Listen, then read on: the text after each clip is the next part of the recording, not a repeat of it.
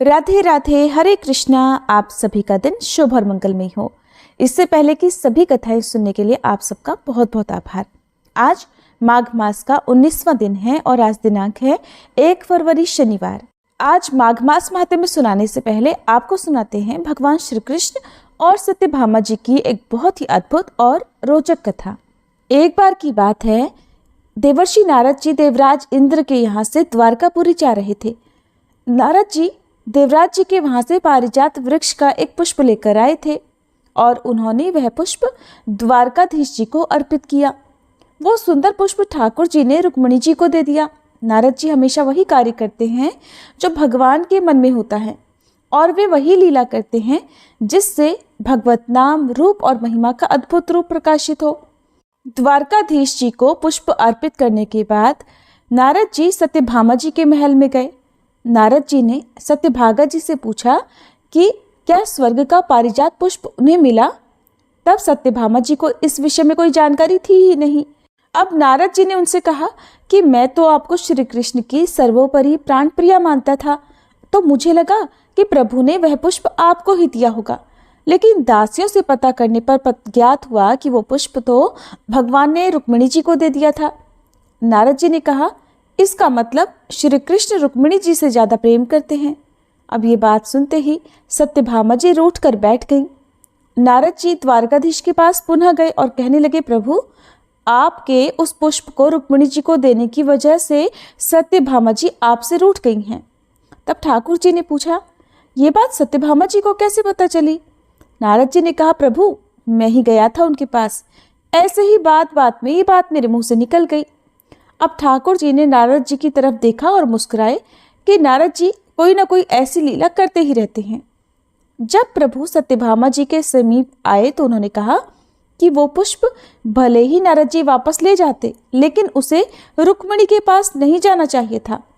ठाकुर जी ने सत्यभामा जी को मनाते हुए कहा कि चिंता मत करो, मैं वास्तव में तुमसे ज्यादा प्रेम करता हूँ। रुक्मिणी जी को तो मैंने केवल पुष्प दिया है, तुम्हारे लिए तो मैं वो पारिजात वृक्ष लाकर ही तुम्हारे आंगन में लगा दूंगा। ये बात सुनते ही सत्यभामा जी प्रसन्न हो गई। इधर पृथ्वी के पुत्र भौमासुर का जब अत्याचार बढ़ा तो देवराज इंद्र ने श्री द्वारकाधीश जी की शरण ली और उनसे सारे देवताओं को बचाने की प्रार्थना की। सत्यभामा जी साक्षात पृथ्वी देवी का रूप है। भौमासुर अर्थात नरकासुर पृथ्वी देवी का पुत्र था। पृथ्वी देवी ने भगवान से वरदान मांगा था कि मेरे पुत्र को मेरे कहे बिना आप कभी नहीं मारेंगे। इसलिए सत्यभामा जी की आज्ञा के बिना भौमासुर का वध नहीं किया जा सकता था। इसी वरदान के कारण भौमासुर अत्यंत अत्याचारी बन गया था और कोई देवतागण उसे मार नहीं पा रहे थे। जब श्री कृष्ण भौमासुर से लड़ने के लिए निकले तो उन्होंने सत्यभामा जी को बताया कि भौमासुर का आतंक बहुत बढ़ गया है, इसलिए आप भी मेरे साथ चलें। भौमासुर ने सत्यभामा जी के सामने प्रभु पर शस्त्रों की वर्षा कर दी। श्री कृष्ण प्रेम में पगी हुई सत्यभामा जी ये भूल गईं कि भौमासुर पृथ्वी के अंश से ही प्रकट हुआ था। उन्होंने श्री कृष्ण से अनुरोध किया, हे नाथ उसे शीघ्र मार दीजिए। प्रभु सत्यभामा जी का वरदान पूरा करने के लिए ही रुके हुए थे और फिर उनके कहते ही प्रभु ने भौमासुर को मार गिराया, उसका वध कर दिया। अब भौमासुर को मारने पर देवलोक में देवराज इंद्र ने देवताओं सहित भगवान की बड़ी स्तुति पूजा की। तब प्रभु ने इंद्र को पारिजात वृक्ष देने के लिए कहा, क्योंकि सत्यभामा जी उसे अपने आंगन में लगाना चाहती थी। इस पर इंद्राणी ने पारिजात वृक्ष देने के लिए मना करते हुए कहा कि ये वृक्ष मृत्युलोक के योग्य है ही नहीं, इसलिए मैं इसे नहीं दे सकती, ये तो केवल स्वर्गलोक में होना चाहिए। देवराज ने इंद्राणी को याद दिलाया कि वो सर्वसमर्थ प्रभु हैं जिन्होंने अभी भौमासुर को मार गिराया है, जिस पर देवताओं को कोई प्रभाव नहीं पड़ रहा था। लेकिन इंद्राणी भी हट करने लगी और वह पारिजात का वृक्ष देने के लिए तैयार ही नहीं हुई। कुछ देवतागण भी उनके पक्ष में आकर भगवान का विरोध करने लगे, यहाँ तक कि वो भगवान से युद्ध करने के लिए भी तैयार हो गए और उन्होंने प्रभु को कुछ कठोर शब्द भी कहे। उनका कहना था कि मृत्युलोक में देवलोक का वह वृक्ष नहीं जाएगा। तब प्रभु ने कहा, इन्हें मेरी द्वारकापुरी मृत्युलोक नजर आती है। अभी तक तो आप सभी भौमासुर के डर से पीड़ित थे, अगर भौमासुर का वध ना होता तो तुम्हारे हाथ में तो स्वर्ग भी नहीं रहता, और तुम मांगने पर अब एक वृक्ष भी नहीं दे रहे हो। श्री कृष्ण ने गरुड़ जी को पारिजात वृक्ष को उखाड़ने की आज्ञा दी। आज्ञा पाते ही गरुड़ जी ने वृक्ष को बड़ी आसानी से अपनी चोंच से उखाड़ा और अपनी पीठ पर रख लिया।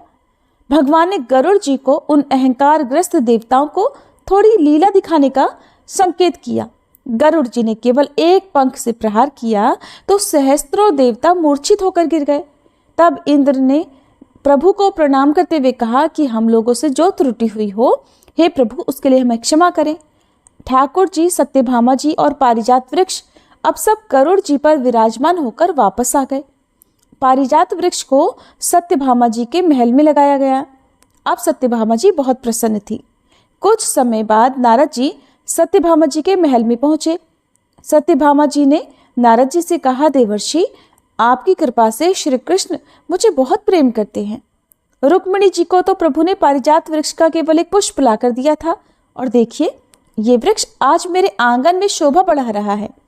नारद जी ने देखा कि सत्यभामा जी को अपने महल के वैभव का अहंकार हो गया था। सत्यभामा जी के पिता को सूर्य भगवान से स्यमंतक मणि मिली थी। वह मणि 8 भाग सोना रोज पैदा करती थी, और अब पारिजात वृक्ष भी उनके पास आ गया था। भगवान को दैन्यता अच्छी लगती है, गर्व नहीं। और जिस भक्त के मन में गर्व आ जाए, जिस भक्त के अंदर अहंकार आ जाए, भगवान उसे चूर चूर कर ही डालते हैं। नारद जी ने सत्यभामा जी से कहा कि श्री कृष्ण तो आपसे बहुत प्रेम करते हैं। सत्यभामा जी ने कहा, आपकी कृपा है नारद जी, आप क्या मुझे कोई ऐसा उपाय बता सकते हैं कि श्री कृष्ण सबसे ज्यादा मुझे ही केवल प्यार किया करे और मुझसे एक पल के लिए भी कभी दूर न जाए। नारद जी ने कहा, देवी, अगर किसी भी प्रिय वस्तु को दान कर दिया जाए तो वो बहुत लंबे समय के लिए प्राप्त हो जाती है। अब सत्यभामा जी ने सोचा कि मुझे तो सबसे अधिक प्रिय श्री कृष्ण ही हैं, तो वह श्री कृष्ण को ही दान में देने के लिए तैयार हो गई। ब्राह्मणों को बुलाया गया और सत्यभामा जी से संकल्प कराया गया कि वो श्री कृष्ण का दान नारद जी को करती हैं। जब भगवान श्री कृष्ण आए तो नारद जी ने दान के अनुसार उन्हें अपने साथ चलने को कहा। प्रभु ने पूछा, क्यों? नारद जी ने उन्हें बताया कि सत्यभामा जी ने आपको मुझे दान में दे दिया है, अब तो आपको मेरे साथ चलना होगा। सत्यभामा जी ने नारद जी के आगे हाथ जोड़े और कहा कि देवर्षि, आप कह रहे थे कि प्रभु मुझसे कभी एक क्षण के लिए भी दूर नहीं होंगे। मैंने तो इसीलिए दान किया है, किंतु आप तो प्रभु को ही लेकर जा रहे हैं। नारद जी ने अब पूरा शास्त्र ज्ञान उन्हें बताया कि आपके अगले जन्म से प्रभु हमेशा के लिए आपके ही हो जाएंगे। सत्यभामा जी बोली, आप जो कहेंगे बदले में मैं दे सकती हूँ, लेकिन मैं श्री कृष्ण को एक क्षण के लिए भी नहीं छोड़ सकती। तब नारद जी ने बताया कि अगर आप दान में दी गई वस्तु को पुनः प्राप्त करना चाहती हैं तो उसके बराबर की कोई वस्तु मुझे दे दीजिए। देवर्षि ने पूछा कि श्री कृष्ण को प्राप्त करने के लिए श्री कृष्ण के बराबर कोई वस्तु है देवी आपके पास? तब सत्यभामा जी ने कहा कि एक श्री कृष्ण क्या, मैं तो अनेकों तोल दूंगी। नारद जी उनका यही भ्रम तो मिटाना चाहते थे।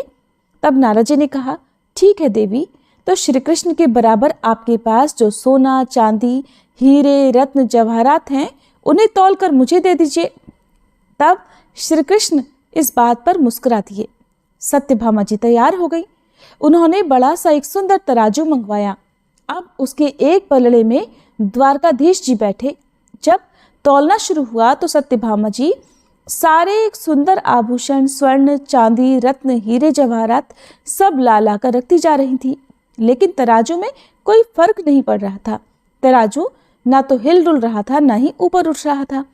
अब तो सत्यभामा जी व्याकुल हो गई कि अगर श्री कृष्ण को तौला नहीं जा सका तो नारद जी तो उन्हें अपने साथ ले जाएंगे।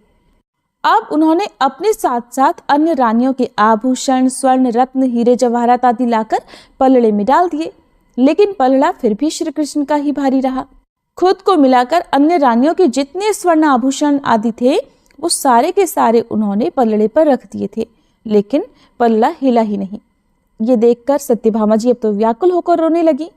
तब उन्होंने नारद जी से प्रार्थना की कि हे देवर्षि, मैं श्री कृष्ण के बिना नहीं रह सकती, और अब तो मेरे पास श्री कृष्ण के बराबर देने के लिए कुछ भी नहीं बचा। नारद जी ने कहा, यह सारी रानियां हैं, लेकिन रुक्मिणी जी कहीं दिखाई नहीं दे रही। आप एक बार रुक्मिणी जी से पूछिए, उनके पास कुछ तो ऐसी वस्तु होगी जो श्री कृष्ण के बराबर हो। तब सत्यभामा जी दौड़ती हुई रुक्मिणी जी के पास गईं और रोते हुए उन्हें सारा वृतांत सुनाया। फिर उन्होंने कहा कि आप तो मेरी बड़ी बहन हैं, अब आप मुझ पर अपनी कृपा करें। तब रुक्मिणी जी ने कहा कि तुम निश्चिंत हो जाओ, और उन्होंने ऐसा कहकर तुलसी का एक पत्ता लिया और उसमें कृष्ण नाम लिखा। रुक्मिणी जी ने सारे आभूषण हटा दिए और जैसे ही पलड़े पर तुलसी का एकमात्र पत्ता रखा तो तुलसी जी का वह पलड़ा भारी हो गया और श्री कृष्ण का पलड़ा ऊपर उठ गया। तुलसी जी पर कृष्ण नाम लिखा था तो कृष्ण नाम का पलड़ा भारी हो गया और श्री कृष्ण हल्के हो गए। नारद जी और रुक्मिणी जी मुस्कुराकर सत्यभामा जी से कहने लगी, देखो प्रीतम को कैसे तोला गया। नाम से श्री कृष्ण को आप किसी सोने चांदी रत्नों से नहीं तोल सकते, क्योंकि श्री कृष्ण का नाम तो उनसे भी भारी है। इसलिए भगवान के भक्तों को कभी भी अपने पास जो कुछ भी हो उसका अहंकार नहीं करना चाहिए, बल्कि सच्चे मन से श्रद्धा के साथ केवल और केवल भगवान का नाम ही जपना चाहिए। तो ये थी आज की कथा। सभी मिलकर प्रेम से बोलिए बांके बिहारी लाल की जय, श्री कृष्ण भगवान की जय। अब सुनिए आज का माघ मास महात्म्य। इससे पहले के अध्याय में आपने गाय, बछड़े और व्याघ्र की कथा सुनी थी। श्री सूत जी कहने लगे, हे महर्षियों, उसी के समीप पूर्व भाग में अगस्त्य कुंड है, जहाँ परम पुण्यदायिनी और सभी पापों का नाश करने वाली बावली है। जो मनुष्य वहाँ फाल्गुन मास के शुक्ल पक्ष की अष्टमी तिथि को उपवास करके स्नान करता है, उसे अपनी इच्छा के अनुकूल वस्तु की प्राप्ति होती है। अगस्त्य वापी के दक्षिण भाग में कपिला नदी है, जहाँ कपिल मुनि ने सांख्य शास्त्र की सिद्धि प्राप्त की थी। कपिला के पूर्व भाग में सिद्ध क्षेत्र बताया गया है, जहाँ पूर्व काल में लाखों मनुष्य सिद्धि को प्राप्त हुए हैं। जो मनुष्य जिस कामना को लेकर वहां तपस्या करता है, वह 6 महीने के भीतर अवश्य ही उसे प्राप्त कर लेता है। हे ब्राह्मणों, सिद्ध क्षेत्र के निम्न भाग में एक शुभ कारक वैष्णवी शिला है, जो घूमती रहती है। उसकी आकृति चौकोर है और वह सभी पातकों का नाश करने वाली है। वह महानदी के जल से धुली हुई और मनुष्यों को मोक्ष देने वाली है। उस शिला के आगे गंगा, यमुना, सरस्वती संगम रूपा त्रिवेणी बहती है, जो भोग और मोक्ष देने वाली है। उसके उत्तर भाग में रुद्रकोटि तीर्थ है, जो दाक्षिणात्य महात्माओं द्वारा पूजित है। उसे रुद्रावर्त भी कहते हैं। जो पुरुष रुद्रावर्त क्षेत्र में श्राद्ध करता है, वह 100 यज्ञों का फल पाता है। जो वहां उपवास पूर्वक रात्रि में जागरण करता है, वह इच्छानुसार चलने वाले विमान के द्वारा अंत में स्वर्ग को जाता है। वही पूर्व काल में महात्मा राजा नल ने चर्ममुंडा देवी की स्थापना की थी। जो मनुष्य महानवमी के दिन भक्ति पूर्वक चर्ममुंडा देवी का पूजन करता है, वह मनोवांछित पदार्थों को प्राप्त करके सनातन पद पा लेता है। बहुत पहले की बात है, वीरसेन के पुत्र नल इस भूमंडल के राजा थे, जो समस्त सद्गुणों से युक्त थे। विदर्भ देश की राजकुमारी दमयंती उनकी पतिव्रता पत्नी थी। एक समय राजा नल ने कलयुग से आविष्ट होकर अपने भाई पुष्कर के साथ जुआ खेला। उसमें वे अपना सारा राज्य हार गए। फिर नल अपनी पत्नी को साथ लेकर घने वन के भीतर चले गए। वहां उन्होंने ये सोचा कि अगर दमयंती राजा भीम के घर चली जाए तो वनवास के कष्ट से मुक्त हो सकती है। इसलिए रात में इसको सोता छोड़कर मैं दूर चला जाऊंगा, जिससे ये साध्वी दमयंती मुझसे अलग होकर कुंडिनपुर को चली जाएगी। ऐसा निश्चय करके राजा नल सुख से सोई हुई दमयंती को छोड़कर घने वन में चले गए।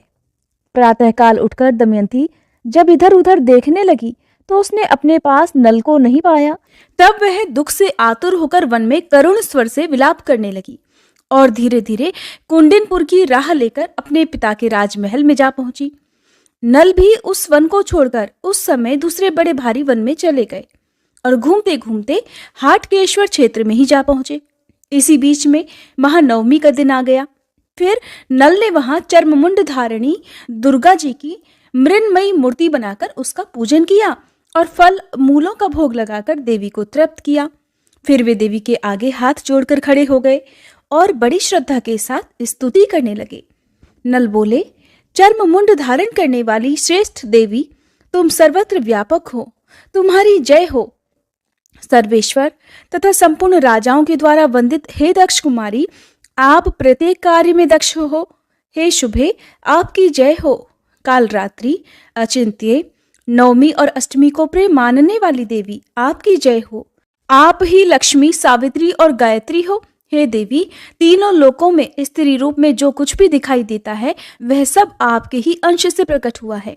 इस विषय में मुझे कोई संदेह नहीं है। इस सत्य के प्रभाव से आप इस मूर्ति में निवास करो। देव दानव वंदिते, इस भक्ति से संतुष्ट होकर आप अपना सानिध्य यह स्थापित करो। श्री सूत जी कहते हैं, राजा नल के इस प्रकार स्तुति करने पर भक्त वत्सला चतुर्भुजा देवी ने प्रत्यक्ष दर्शन दिया और इस प्रकार कहा, वत्स, मैं तुम्हारे इस स्तोत्र से संतुष्ट हूँ, इसलिए तुम मुझसे मनोवांछित वर मांगो। राजा नल बोले, देवी, मैंने प्राणों से भी अधिक प्रिय अपनी पत्नी दमयंती को हिंसक जंतुओं से भरे निर्जन वन में त्याग दिया था। वह आपकी कृपा से अखंड शील से युक्त और निर्दोष रूप में मुझे फिर प्राप्त हो, ऐसा यत्न कीजिए। जो आपके आगे इस स्तोत्र द्वारा स्तुति करे उसे उसी दिन आप मनोवांछित वस्तु प्रदान करें। श्री सूत जी कहते हैं, तब दुर्गा देवी तथास्तु कहकर अंतर्ध्यान हो गई और राजाओं में श्रेष्ठ नल ने उन सभी कामनाओं को प्राप्त कर लिया। चर्म मुंडा के समीप ही राजा नल के द्वारा स्थापित देवाधिदेव भगवान महेश्वर विराजमान है, जिनका दर्शन करके मनुष्य सभी पापों से मुक्त हो जाता है। माघ मास के शुक्ल पक्ष की षष्ठी तिथि को जो मनुष्य भक्ति पूर्वक नलेश्वर का दर्शन करता है वह सभी रोगों से मुक्त होकर परम पद को प्राप्त होता है। उन्हीं भगवान शिव के आगे एक निर्मल जल से भरा हुआ कुंड है। जो रविवार के प्रातःकाल उस कुंड में स्नान करता है वह कुष्ठ रोग से मुक्त होकर फिर से नया शरीर प्राप्त कर लेता है। श्री सूत जी कहते हैं, नलेश्वर से थोड़ी ही दूर पर देवताओं के स्वामी सूर्य सांबादित्य के नाम से प्रसिद्ध हैं, जिनका दर्शन करके मनुष्य संपूर्ण हृदय स्थित कामनाओं को प्राप्त कर लेता है। जो माघ शुक्ल सप्तमी और रविवार के योग में भक्ति पूर्वक उनका दर्शन करता है वह नरक को नहीं देखता। प्राचीन काल में गालव नाम वाले एक ब्राह्मण हुए हैं, जो सदा ही वेदों के स्वाध्याय में तत्पर और उत्तम स्वभाव और सदाचार से युक्त थे। उनकी अवस्था ढल गई तो भी उनके कोई पुत्र नहीं हुआ। इसका उनके मन में बड़ा भारी दुख था। तब उन्होंने घर का सारा काम काज छोड़कर इसी क्षेत्र में एकाग्रता पूर्वक निवास करते हुए भक्ति भाव के साथ सूर्य देव की आराधना की। जितेंद्रिय होकर निराहार रहते हुए उन्होंने पंचरात्रोक्त विधि से सूर्य देव को अर्घ्य प्रदान किया और इसी नियम से प्रतिदिन उनकी आराधना करते रहे। 15वां वर्ष आने पर भगवान सूर्य गालव को दर्शन देते हुए बोले, विप्रवर, तुम्हारा कल्याण हो, तुम कोई वर मांगो। तब गालव बोले, हे सूर्यश्रेष्ठ, मेरे कोई पुत्र नहीं है, इसलिए मुझे मेरे वंश की वृद्धि करने वाला पुत्र प्रदान कीजिए। तब भगवान सूर्य ने कहा, विप्रवर, तुम्हें वंश की वृद्धि करने वाला पुत्र प्राप्त होगा और वह तेजस्वी, यशस्वी, शास्त्रज्ञ और वेदों का पारंगत पंडित भी होगा। तुमने सांबादित्य के समीप जहां मुझे अर्घ्य देकर पूजन किया है वहां दूसरा कोई भी जो पुरुष रविवार और सप्तमी के योग में श्रद्धा पूर्वक मेरे इस विग्रह की पूजा करेगा उसे वंशवर्धक पुत्र की प्राप्ति होगी। ऐसा कहकर भगवान सूर्य मौन और अंतर्ध्यान हो गए और गालव भी प्रसन्नचित होकर अपने घर को चले गए। थोड़े ही दिनों में उनके यहाँ भगवान सूर्य के कथनानुसार एक सर्व शुभ लक्षण संपन्न पुत्र उत्पन्न हुआ। भगवान सूर्य ने वट वृक्ष का आश्रय लेकर दर्शन और वरदान दिया था, इसलिए गालव ने अपने पुत्र का नाम वटेश्वर रखा। वटेश्वर के पुत्रों और पौत्रों को देख लेने पर महर्षि गालव भारी तपस्या करके सूर्यदेव को प्राप्त हुए। वटेश्वर ने भी अपने पिता के द्वारा स्थापित भगवान सूर्य नारायण के लिए एक परम मनोहर मंदिर बनवाया। हे ब्राह्मणों, पूर्व काल में महात्मा विदुर ने भी उसी क्षेत्र में भगवान श्री सूर्य नारायण, सदाशिव तथा श्री विष्णु का स्थापन किया है। जो मनुष्य भक्ति पूर्वक इन तीनों देवताओं का पूजन करेगा वह उस परम धाम को प्राप्त होगा जो बड़े बड़े यज्ञों द्वारा भी अत्यंत दुर्लभ है। वहीं पर अर्जुन के द्वारा स्थापित किए हुए सर्व मनोरथदायक भगवान विनायक भी विराजमान हैं, जो समस्त विघ्नों का नाश करते हैं। जो मनुष्य चतुर्थी को नक्त व्रत अर्थात केवल रात में भोजन करने का संकल्प लेकर भक्तिभाव से गणेश जी की पूजा करता है वह समस्त विघ्नों से मुक्त होकर मनोवांछित फल को पा लेता है। वहीं पर उत्तम प्रभाव से युक्त भगवान नर और नारायण भी हैं। जो उन दोनों का भक्ति पूर्वक द्वादशी तिथि को दर्शन और पूजन करता है, वह जरा मरण से रहित होकर परम पद को प्राप्त होता है। एक समय कुंती नंदन अर्जुन तीर्थ यात्रा प्रारंभ करके हाटकेश्वर क्षेत्र में आए। वहां तीर्थ समुदाय से भरे हुए उस पावन क्षेत्र का दर्शन करके उन्होंने मनोहर मंदिर में भगवान सूर्य को स्थापित किया और उन्हीं के आगे नर और नारायण की भी स्थापना की। फिर उत्तम श्रद्धा से युक्त होकर वहां गोवर्धन को स्थापित किया और वहीं देवाधिदेव नरसिंह देव की भी स्थापना की। इस प्रकार 5 देवताओं की स्थापना करके उन्होंने चमत्कारपुर के सभी ब्राह्मणों को बुलवाया और उन्हें बहुत सारा धन दिया। फिर भक्तिपूर्वक प्रणाम करके कहा कि मैंने सभी रोगों का नाश करने वाले भगवान सूर्य को यह स्थापित किया है और इनकी सेवा आप लोगों को सौंप दी है, इसलिए आपको सदैव इनका चिंतन और पूजन करना चाहिए। ब्राह्मण कहने लगे, हे पांडुनंदन, आप ये सब छोड़कर अपने घर को पधारिए। हम सब लोग आपके श्रेय को बढ़ाने वाला पूजन कर्म सदा करते रहेंगे। तब अर्जुन ने भी प्रसन्नचित्त होकर उन्हें पुनः बहुत सारा धन दिया और उनसे पूछकर विदा लेकर प्रणाम पूर्वक अपने नगर को प्रस्थान किया। श्री सूत जी कहते हैं, ब्राह्मणों, इस प्रकार मैंने तुमसे नरादित्य के प्रादुर्भाव की कथा सुनाई। यह सुनने वालों के पापों का नाश करने वाली है।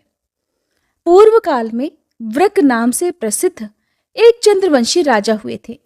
वे बड़े ही ब्राह्मण भक्त, शरणागत वत्सल और सर्वलोक हितकारी थे। उनकी पत्नी भी बड़ी पतिव्रता और समस्त सद्गुणों से सुशोभित थी। उन दोनों को चौथे पन में एक कन्या हुई। राजा ने विद्वान ज्योतिषियों को बुलवाकर पूछा कि मेरी ये कन्या कैसी होगी।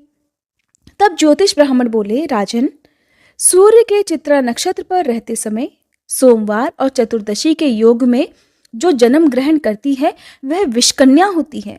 ऐसी कन्या के साथ जिसका विवाह होता है वह पुरुष 6 महीने के भीतर अवश्य ही मृत्यु को प्राप्त हो जाता है।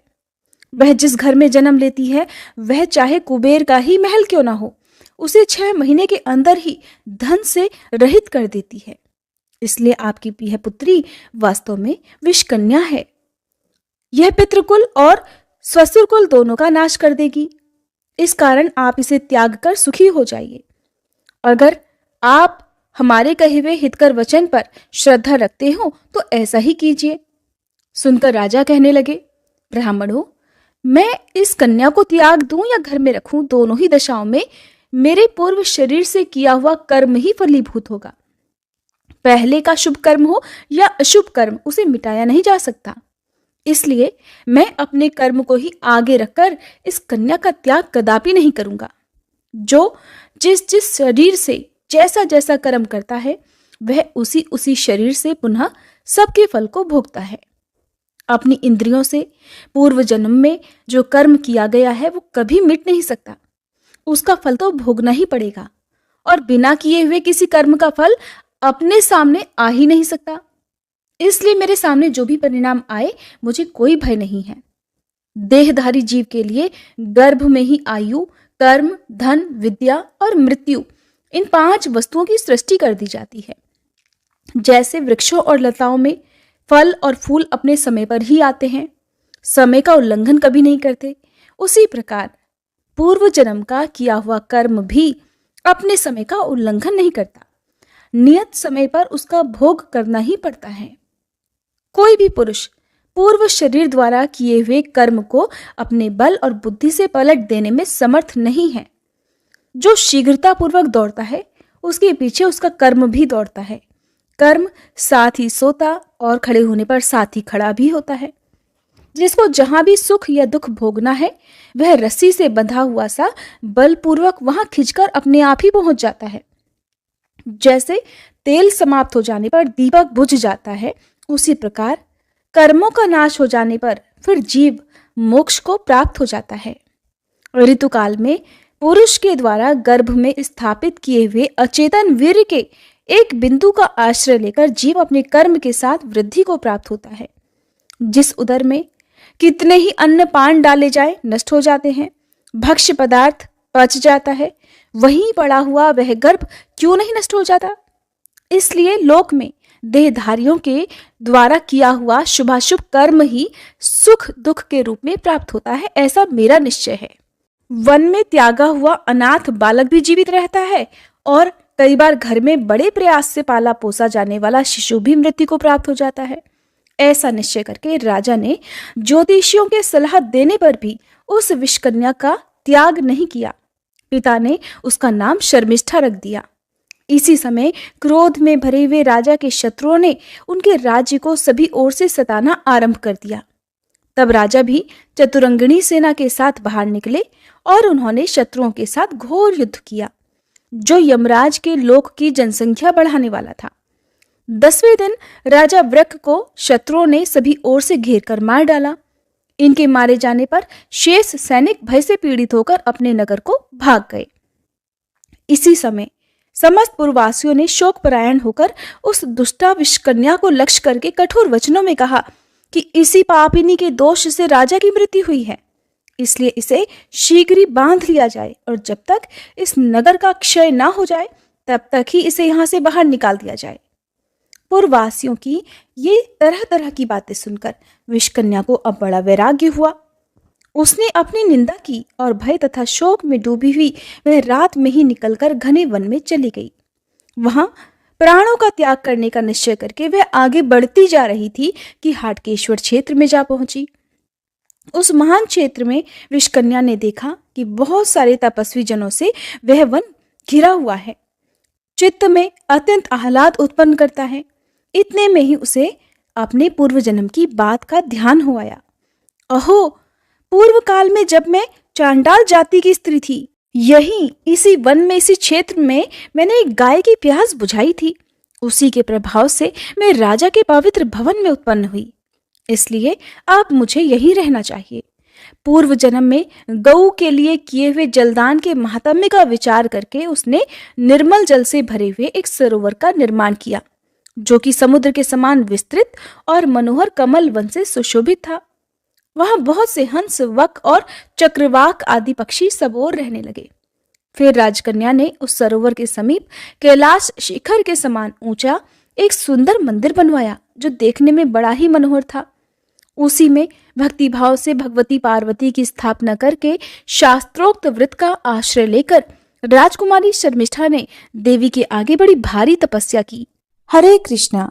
कथा को अंत तक सुनने के लिए आप सभी का बहुत बहुत आभार। इससे आगे का वृतांत आप सभी अगले अध्याय में जरूर सुनिएगा।